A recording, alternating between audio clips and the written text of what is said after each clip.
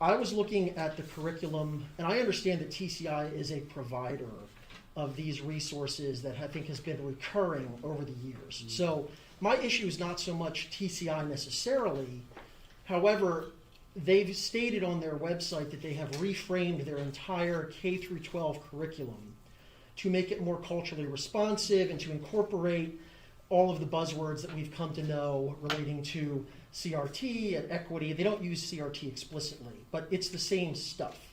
My concern is that they have partnered specifically with the Equal Justice Initiative. Mm-hmm. Now, that organization actually does some meritorious things, including fighting to have wrongfully convicted minorities taken off of death row. The man that founded that organization, Brad Stevenson, is a very courageous guy. However, that is also an explicitly political and ideological organization, and their positions are stridently progressive as it relates to all of these issues. My concern is, how is a parent to know what portion of this curriculum is adopting lockstep all of this organization's beliefs and truth claims about racial justice? Because their position is slanted. Now, you may all agree, or some of you may agree with their position, but a parent is entitled to know, for instance, because 4 of the things that they revised relate to BLM. I, as a parent, want to know what my son or daughter is being told in a classroom about that organization.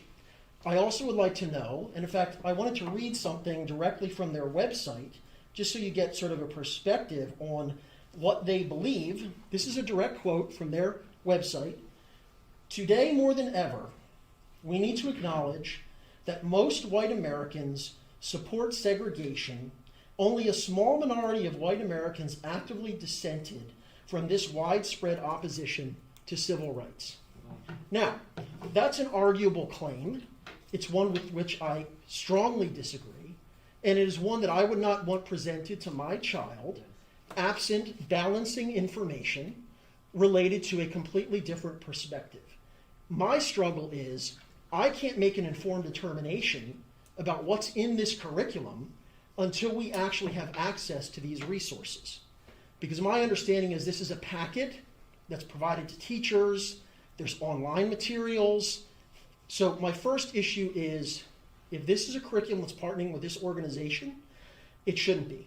This would be the equivalent of teaching a Second Amendment class and having the NRA be the sole provider of those materials. I have a feeling there are people on this board who would object to that, and properly so. Even though I happen to agree with many of those positions, it should not be the sole source of information for a student in a school.